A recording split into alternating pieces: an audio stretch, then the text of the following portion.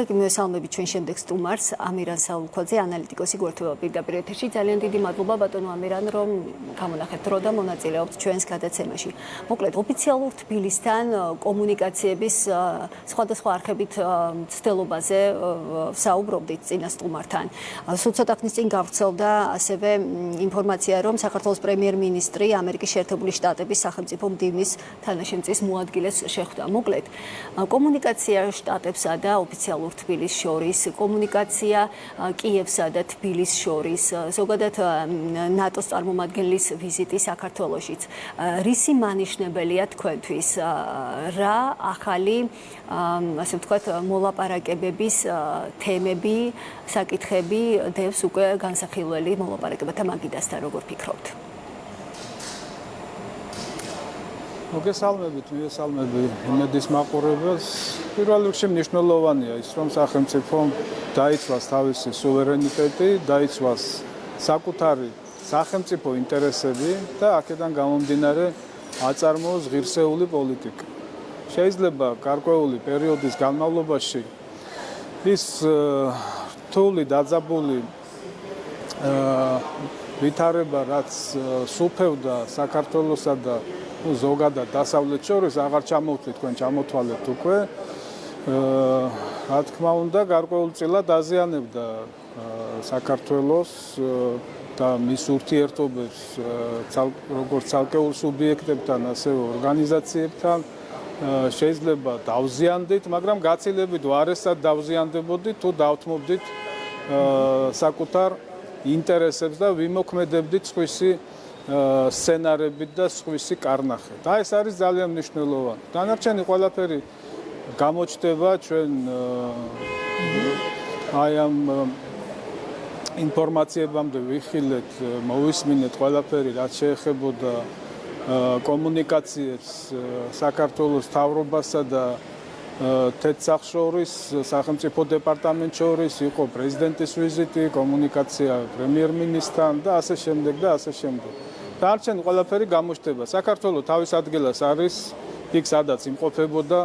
თქვენ ჩემი წინამორბედი საუბრობდა, თქვენ დაუსვით კითხვები და საქართველოს გეოგრაფიასთან დაკავშირებით, რომელიც ახლა უმოკლეს მარშრუტს როგორც გინდა ისე გაავლებ, ყველას თავისი გეომეტრია აქვს, მათ შორის ურსულა ფონ დერ ლაიენსაც, მაგრამ არსებობს უკვე მზა პროექტები, რომლებიც ფუნქციონირებენ. რატომ ბრიუსელი მარშრუტების დივერსიფიკაციას, როგორ ფიქრობთ?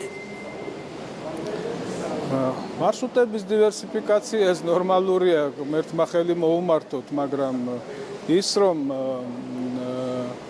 აი ამ რთულ ვითარებაში განსაკუთრებით რაც გამოიწვია ევროპისთვის უკრაინის ომის შემდეგ ჰორმუზის სრუტის კრიზისმა, ის რომ ევროკავშირი იღებს ცენტრალური აზიიდან და აზერბაიჯანიდან ენერგომატარებლებს, ეს ხდება საქართველოს გავლით, ახლა წესით უნდა იცოდნენ. შეუძლიათ ახალი მილსადენები გაიყვანონ, მათ უფრო მოკლე მარშრუტები იციან, მაგრამ იმის უარყოფა და იმის არ შემჩნევა, რომ საქართველოს გავლით იღებ ამ მარშრუტებს და შემდეგ რაღაც ახალ გეომეტრიას ხაზავ, უბრალოდ უსინდისობა არის. ამ ყველაფრიდან იკვეთება ის, რომ გარკვეული ძალების ამოცანები და ინტერესები დღეს თუ არა პერსპექტივაში არ იცვლება. ვითარება რუსეთსა და ევროპას შორის, რუსეთსა და დასავლეთ შორის დაძაბულია. უკრაინის ომი გრძელდება. როდის დამთავრდება ჯერ ბოლო ამ ომის არ ჩანს, მაგრამ უკვე საუბარია ახალ დაპირისპირებაზე. ეს საუბარი კარგა ხანია გრძელდება, მაგრამ ბოლო ხანებში, ბოლო 1-2 წლის განმავლობაში და განსაკუთრებით ბოლო თვეებში სულ უფრო და უფრო აქტუალურია და ამაზე საუბრობენ ევროპის წამყვანი ქვეყნები და მათი მთავრობები, მერცი და სხვები, ხომ? ისინი ამზადებენ საკუთარ მოსახლეობას ომისთვის, რუსეთთან ომისთვის და ვადებსაც ასახელებენ. ეს არის 2028-30 წლები და თუ ისინი ომისთვის ემზადებიან, რა თქმა უნდა, ის მიზნები რაც ჰქონდათ საქართველოსთან მიმართებით არსად არ გამქრალე. უშვებთ პროცესების ამგვარ განვითარებას, ბატონო ამირან, თუ ეს უბრალოდ შესაძლებელია რაღაც სახის გათვლა იყოს, იმიტომ რომ ხედავთ რაღაც განცხადებებს ოფიციალური კრემლის მხრიდანაც მაგალითად ბოლო პერიოდში.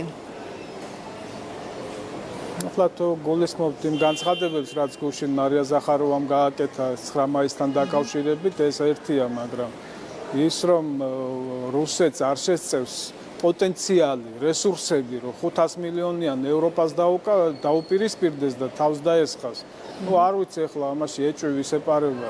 რა თქმა უნდა, იყო ახლა ჩვენგან ითხოვდნენ პროგნოზებს უკრაინაში შეჭრამდე რუსეთი დაესხმებოდა თავს თუ არ დაესხმებოდა, მაგრამ მაშინაც ვამბობდი კი ბატონო, შევცდით, მაგრამ ფაქტია რომ რუსეთს არ შესწევს დღეს იმის პოტენციალი, რომ რაიმე სერიოზული გარღვევა განახორციელოს უკრაინის ფრონტზე, ხო? და წარმოიდგინეთ ახლა უკრაინის მოსახლეობა აიღეთ და ზომები რუსეთთან მიმართებით და ამ ომის შემდეგ ერთ-ორ წელში რუსეთს ეყოფა იმის რესურსები, რომ ევროპას დაესხას თავს, ახლა არ ვიცი რა მიმართულებით, ხო? გადახედონ უბრალოდ რა ხდება რუსეთის ეკონომიკაში და რა პრობლემები აქვს ადამიანური რესურსების მხრივ ამ ომიდან გამომდინარე. საქართველოს საკითხს რომ დაუბრუნდეთ, ბატონო ამირან, ჩვენ ვხედავთ ღიად, რომ რეზოლუციების შანტაჟი ისევ გრძელდება ევრობიუროკრატების მხრიდან. ექსპერტთა ნაწილი საუბრობს ამაზე და პრინციპში მართველი გუნდით, რომ ეს არის ერთგვარი მაშველი რგოლი ოპოზიციისთვის, თუმცა რადიკალები ამ შემთხვევაში ელექტორალურ კრიზისში არიანო მოვისმინეთ მართველი გუნდისგან. როგორ ფიქრობთ, პროცესების რა განვითარება იქნება 26 მაისამდე და 26 მაისის შემდეგ? მე ორი სიტყვით დავამატებ, ახლა კი არ გამოვრიცხავ მე რომ დაძაბულობა იქნება რუსეთსა და დასავლეთს, გაგრძელდება რა თქმა უნდა. უკრაინის ომის პერიოდშიც და ომის დამთავრების შემდეგ მერტმაქნას რომ მალე დასრულდეს უკრაინის ინტერესების დაცვით. მაგრამ ის რომ რუსეთთან დაპირისპირება გარკვეულწილად ევროპაკავშირის ბევრ წამყვალ ქვეყანაში შიდა პოლიტიკის საკითხიც არის, ეს ჩანს და ფაქტობრივად ევროპა გადადის სამხედრო რელსებზე და აქედან გამომდინარე ვსაუბრობ მე რომ მათ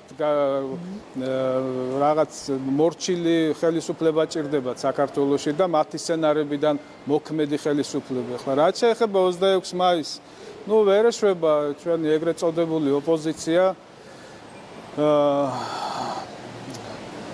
პროვოკაციებს. ეს არ არის ჯანსაღი საერთოდ 26 მაისს 9 აპრილს აქციების პოლიტიკური აქციების ჩატარება 9 აპრილს ჩვენ ერთი მხრივ ზეიმობთ და მეორე მხრივ ეს არის ძალიან ტრაგიკული დღე. 26 მაისი დამოუკიდებლობის დღეა და ერთადერთი ახლა ვისაც აწყობს ამ დღის დაჩრდილვა და ამ დღეს რაიმე პროვოკაციები არის ის ქვეყანა, რომელსაც ოკუპირებული აქვს ჩვენი ტერიტორიები და რომელიც ისურვებდა რომ საქართველოს ისევ ყოფილიყო რაღაც იმ იმპერიის შემადგენლობაში, რომელიც დაიშალა 91 წელს და პატივი უნდა სცენ უბრალოდ 26 მაისს. არავინ უშლით მათ 27-ში აქციების ჩატარებას, ან 25-ში, ან დღეს ვინ დაუშალათ გამოვიდნენ და ჩაატარონ აქციები. ყოველდღე პროტესტი აქვს და 26 მაისს ხალხი უნდა გამოვიდეს რუსთაველის გამზირზე, იქ იქნება ჯარი. ახლა არ ვიცი წელს რა სცენარი იქნება, რანაირად ვიზეიმებთ ამ დღეს, მაგრამ როგორც წესი სამხედრო ტექნიკა გამოდის, ჯარისკაცები არიან, ბავშვები გამოდიან, იქ ეცნობიან რაღაც, აი ესეთი ღონისძიებებია საზეიმო ვითარებაში და ახლა არ არის ნამდვილად ეს პოლიტიკური აქციების დრო. ახლა მათ თუ სურთ რომ აი ამ მასაში გაერიუნონ და რაღაც თავისი დღის წესრიგი შექმნან, კიდევ ერთხელ ვამბობ, ეს არა კონსტრუქციულია, დესტრუქციულია პირიქით და პროვოკაციულია. 365 დღეში ერთი დღე, ორი დღე მოითმინონ და რაღაცა ახალ წელს რატომ არ გამოდიან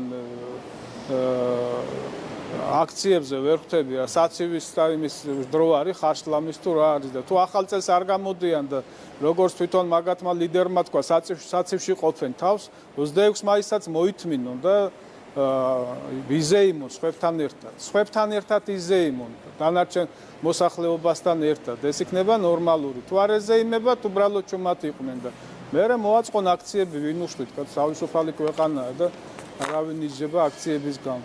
გასაგებია თქვენი პოზიცია. ძალიან დიდი მადლობა ჩვენს ეთერში ანალიტიკოსი ამირან სალუქვაძე საუბრობდა. ასეთი იყო ამ დროისთვის მოვლენათა განვითარების ქრონიკა. მე შაბათამდე გემშვიდობებით.